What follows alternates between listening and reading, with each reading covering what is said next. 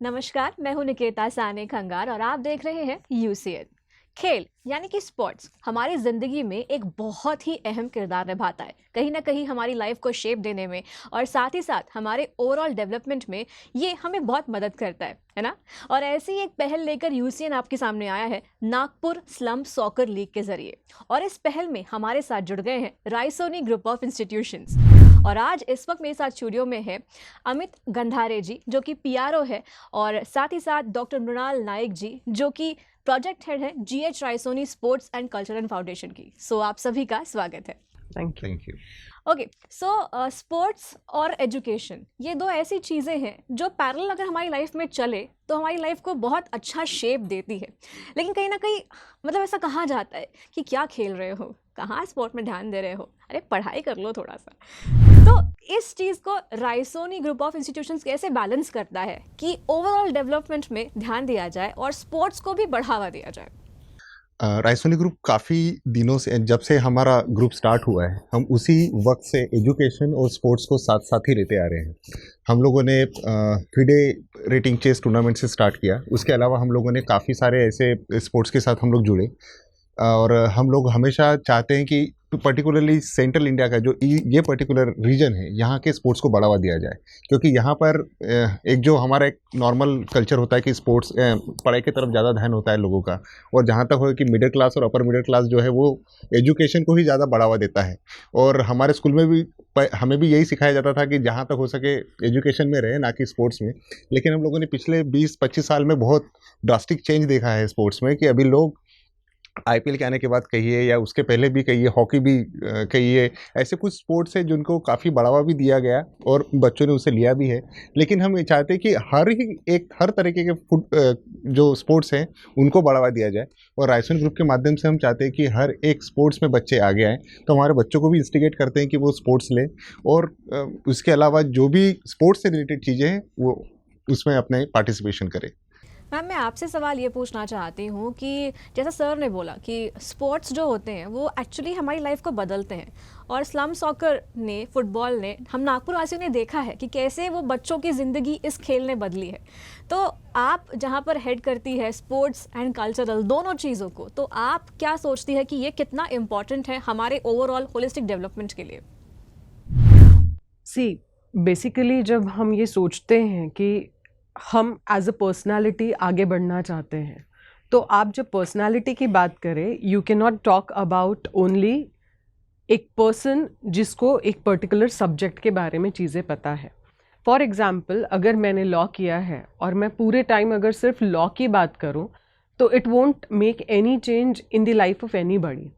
लेकिन sports and culture ये दो ऐसी चीज़ें हैं जो एक्चुअली आपकी पर्सनालिटी में ऐड करती है। वो एक तरह से देखा जाए तो आपकी पर्सनालिटी का एक हिस्सा है।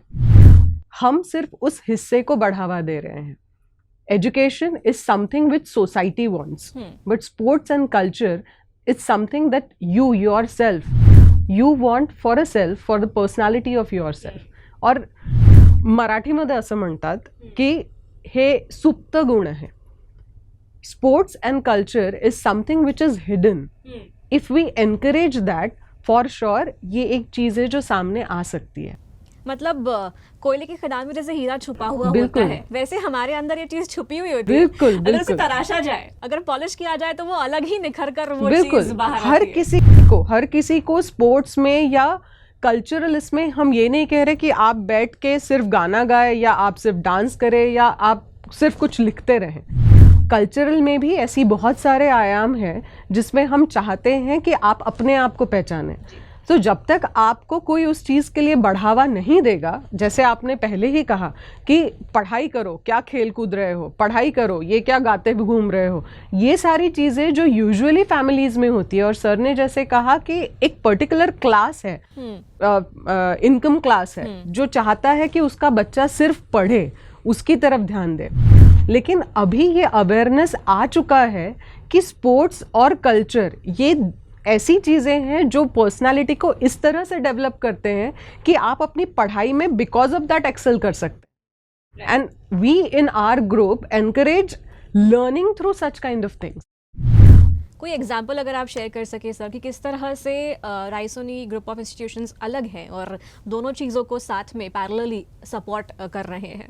एक्चुअली हम लोगों ने नागपुर में फर्स्ट जो फिडे रेटिंग चेस टूर्नामेंट है वो हम लोगों ने स्टार्ट किया, और अभी भी उसका जो संस्करण जो हम लोगों ने मेरे ख्याल से 18वां या 19 हमारा अभी एडिशन आएगा, तो हम लोग फर्स्ट डे से ही हम लोग उस यानी प्रमोट कर रहे हैं स्पोर्ट्स को। इसके अलावा हम लोग स्पोर्ट जर्नलिस्ट एसोसिएशन के साथ भी एसोसिएटेड हैं। उनके जो अचीवर्स अवार्ड होते हैं हर साल, हम उनमें भी उनके साथ जुड़े हुए हैं, और वो लोग हर तरीके के स्पोर्ट्स को बढ़ावा देते हैं। वो क्रिकेट के अलावा बैडमिंटन, और इस पर्टिकुलर रीजन से जो आगे आने वाले लोग हैं और बच्चे हैं स्पेशली, और स्कूल्स हैं, इंस्टीट्यूशंस हैं, उन सबको बढ़ावा देने का काम हम लोग उनके साथ मिलके करते हैं। तो इस पर भी हम लोग उनके साथ जुड़े हुए हैं। इसके अलावा हमारे काफ़ी सारे प्रोजेक्ट्स हैं जो अभी पाइपलाइन में हैं, और वो अभी हम लोग धीरे धीरे करके सामने लाएंगे। और हम चाहते हैं कि हम बच्चों को स्पोर्ट्स का भी महत्व बताएं कि जितनी आपकी पढ़ाई ज़रूरी है उतना ही आपका खेल कूद भी ज़रूरी है, क्योंकि एक अच्छी हेल्थ एक स्टूडेंट की रहना बहुत ज़रूरी है। और ये जब स्टूडेंट लाइफ जो होती है ये इतनी उनकी हेक्टिक होती है कि इसमें रिक्रिएशन एक्टिविटीज़ होनी ही चाहिए, स्पोर्ट्स होनी ही चाहिए। इसलिए हम चाहते हैं कि वो हर तरीके से एजुकेशन पर भी ध्यान दें और अपने स्पोर्ट्स पर भी ध्यान दें। शायद इसी ख्याल के साथ आप यूसीएन के साथ नागपुर स्लम सॉकर लीग में हमारे साथ जुड़े हुए हैं। तो इस लीग के बारे में, फुटबॉल तो है लेकिन ये लीग अपने आप में फुटबॉल में भी कुछ हटके है, तो इसके बारे में आप क्या कहना चाहेंगे? देखिए, स्लम सॉकर तो आज नागपुर में मेरे ख्याल से सभी को पता है। डॉक्टर विजय बारसे जी को इसका पूरा क्रेडिट जाता है। उन लोगों ने इसे काफ़ी ग्रास रूट लेवल से ऊपर लाया हुआ है, और आज हम उसे देखते हैं कि ये लोग यानी उनकी जो संस्था है वो देश के अंदर कई शहरों में, इवन देश के बाहर जाके भी परफॉर्म कर रहे हैं। और उनके बच्चे तो मेरे ख्याल से हर साल ही अब्रॉड जाते हैं और अलग अलग टूर्नामेंट में पार्टिसिपेट कर रहे हैं। उनका काम इतना बड़ा है कि उनके ऊपर फिल्म भी आ चुकी है। और ये बात बिल्कुल सही है कि जो स्लम में जो बच्चे होते हैं, या जो कि जनरली बहुत ही लोअर यानी बहुत ही पुअर स्टेटस से आते हैं, उन लोगों के अपलिफ्टमेंट के लिए उन्होंने जो काम किया है वो निसंदेह सराहनीय है। और हम चाहते हैं कि हम भी उनका एक हिस्सा बने। और जब हमें ये अपॉर्चुनिटी मिली यूसीएन से, तो हमने सोचा, हमने उसके ऊपर सेकंड थॉट नहीं दिया, और हमने सोचा कि हमें ये मौका मिल रहा है उनके साथ जुड़ने का, तो हमने ये हाथों हाथ लिया।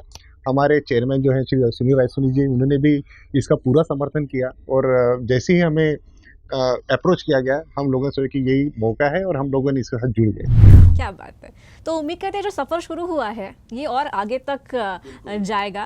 मैम, किसी भी क्षेत्र में, किसी भी एरिया में अगर हमें सक्सेसफुल होना है तो क्या लगता है आपको कि हमारे अंदर कौन सी चीज़ें हैं जो होनी ही चाहिए?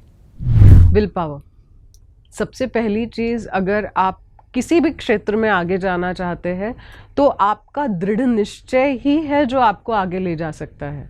आपने स्लम सॉकर की बात की। स्लम एरिया को हम जिस नज़र से देखते हैं, जब हम सोचते हैं, कई बार मतलब लोगों में ये सोच होती है कि ये स्लम एरिया है, ये तो ऐसे ही है, ये बदलने नहीं वाले।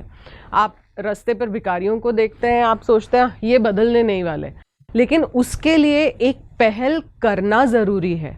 आप एक पहल करो। एक पहल नागपुर की तरफ से हुई है, एक बंदे ने वो पहल की है, आज वो इंटरनेशनल लेवल पे है, आज हम उसके साथ जुड़ने के ऊपर बात कर रहे हैं। बिल्कुल।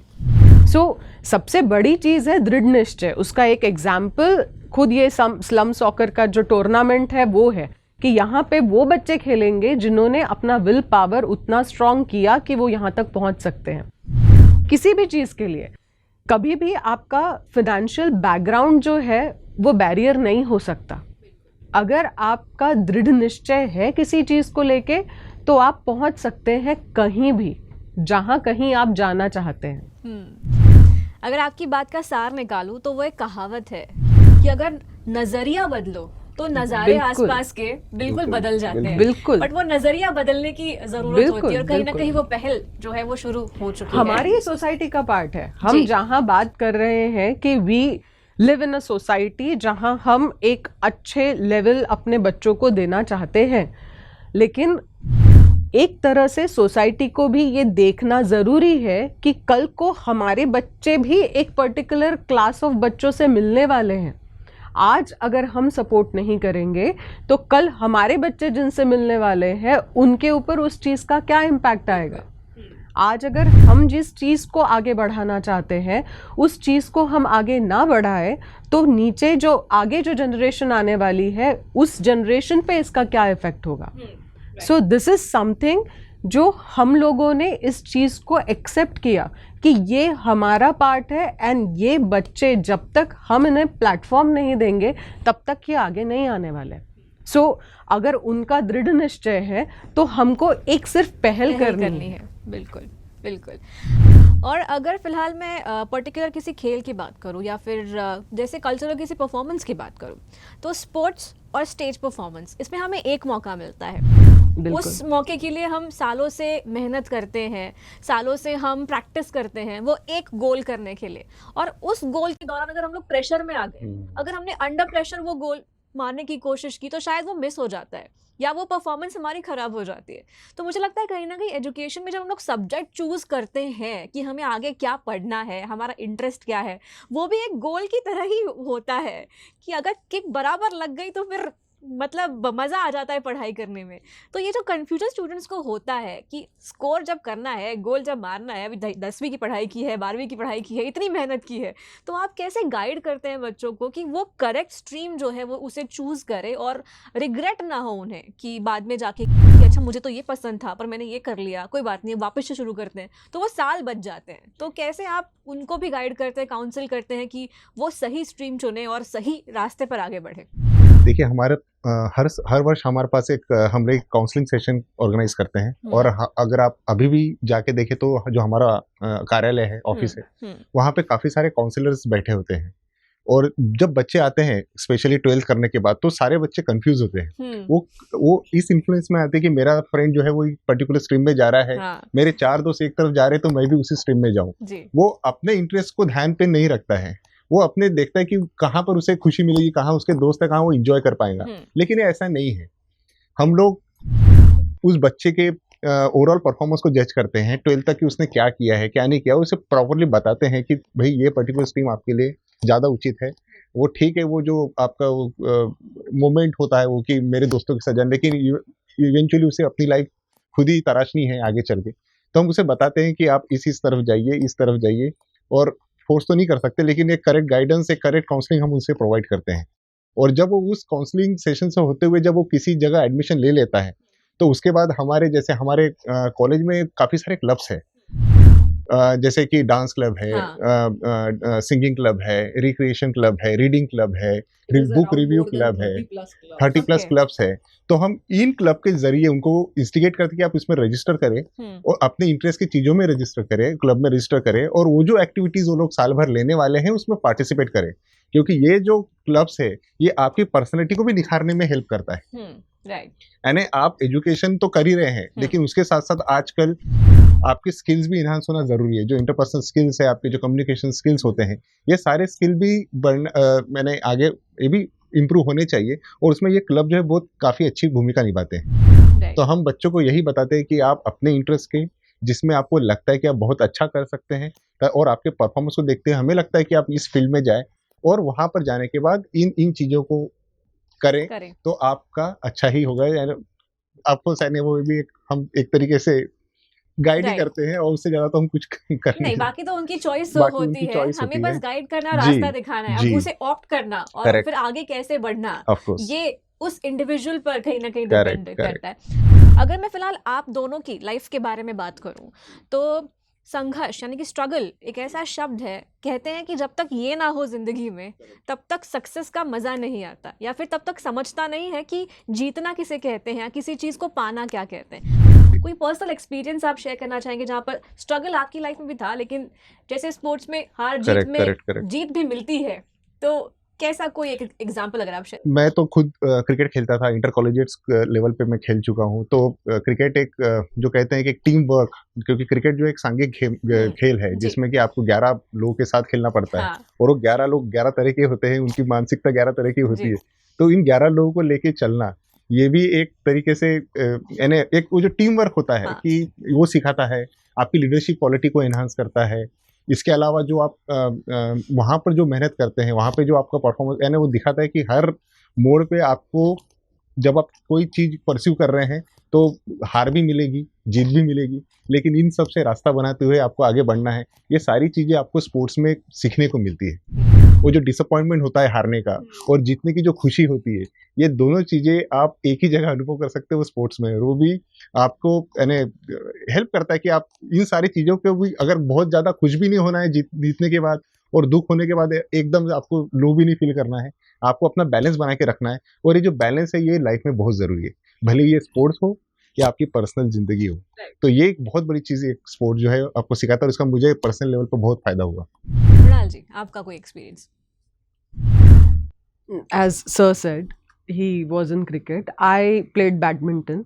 I played not much, but before state I left because of few reasons.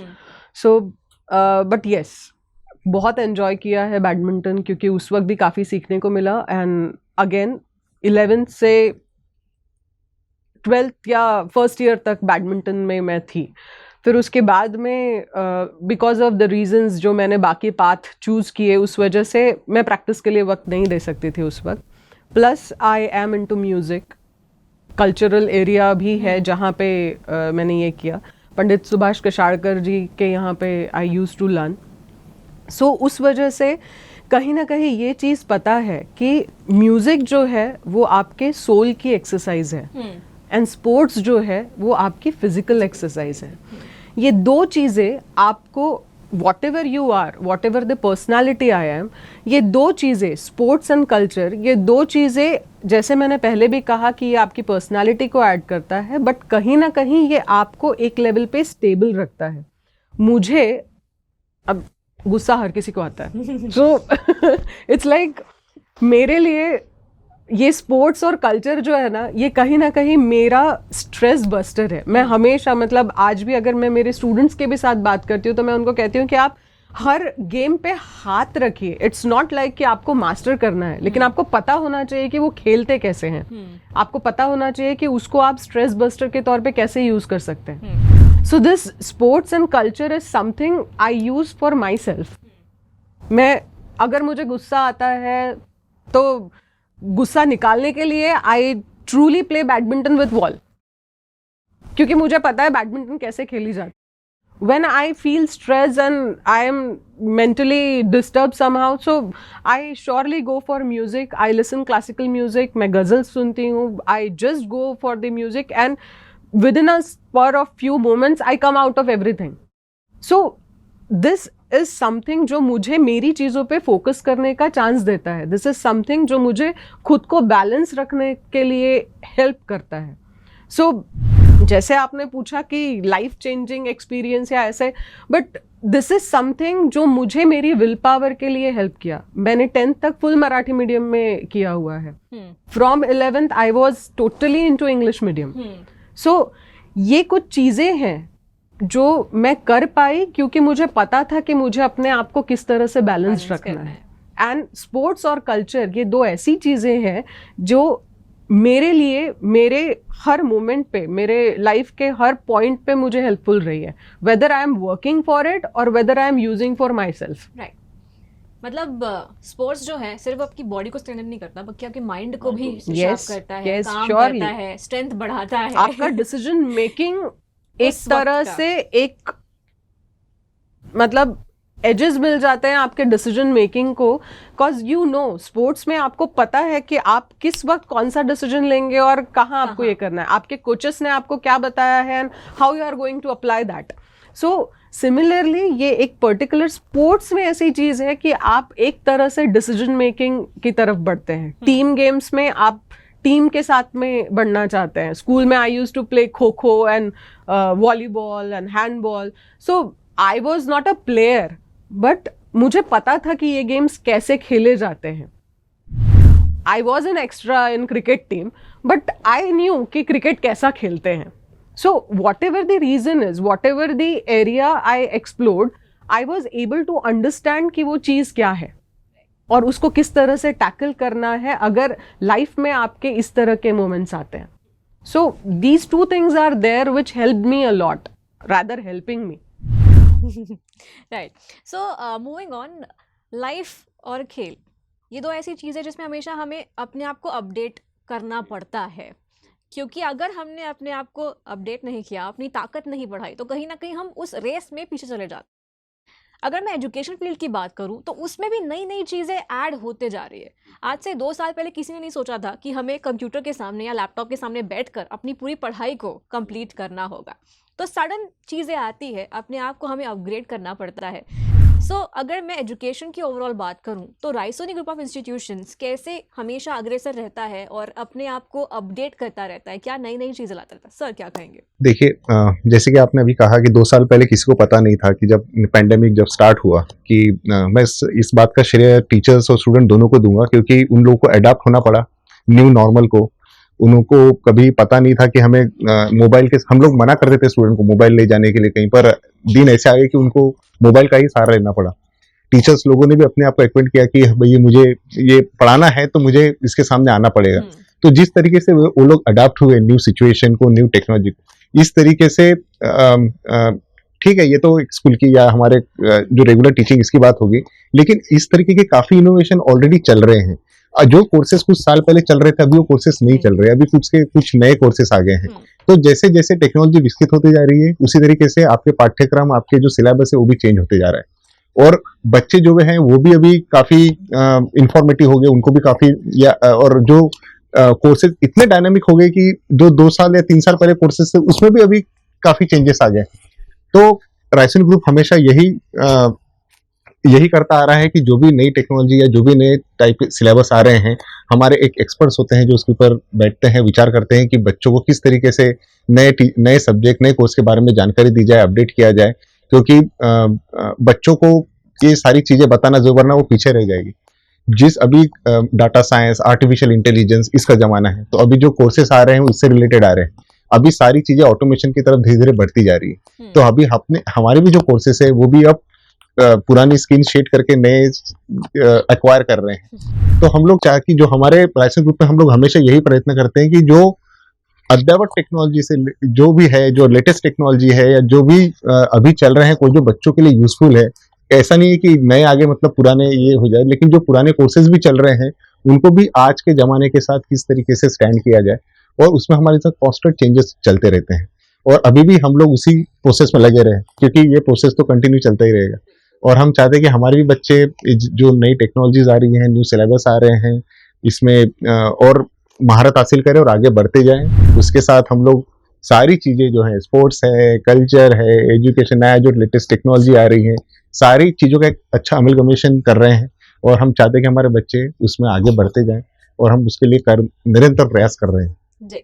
और जिस धागे ने आज हमें बांध कर रखा है, यानी कि नागपुर स्लम सॉकर लीग जी, मेरा आखिरी सवाल आपसे यही रहेगा कि जो खिलाड़ी इस नागपुर स्लम सॉकर लीग में पार्टिसिपेट कर रहे हैं, हार जीत तो लगी रहती है, किसी को जीतना है, किसी को हारना है, सारे खिलाड़ियों के लिए आपका एक क्या मैसेज रहेगा? सर पहले आप। मैं ये कहूँगा कि ये एक बहुत अच्छी अपॉर्चुनिटी है, क्योंकि स्लम सॉकर एक ऐसा कंसेप्ट है कि फुटबॉल एक ऐसा कंसेप्ट है कि सब लोग आके एक साथ खेल सकते हैं, और इसमें ऐसा कोई ये नहीं है कि एक ही टीम है या 2 ही टीम है। आप जिस तरीके से चाहिए आप इसमें पार्टिसिपेट करें, इसका एक हिस्सा बने, क्योंकि ये जो चीजें हैं ये एक मेरे ख्याल से जोन वाइज हम लोग कर रहे हैं, साउथ जोन, नॉर्थ जोन, तो हर नागपुर के हर जगह के, डिस्ट्रिक्ट के हर जगह के हम लोगों को इसमें चाहते हैं कि वो आए, इसमें पार्टिसिपेट करें और इस अपॉर्चुनिटी का ज्यादा से ज्यादा फायदा उठाए।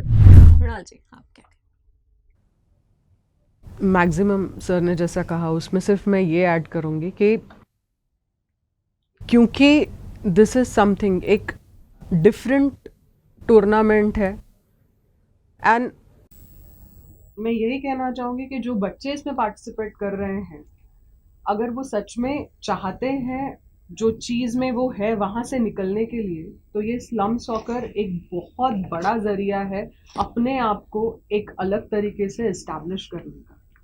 Just forget the name slum, just be a soccer. Right, a very powerful message I must say.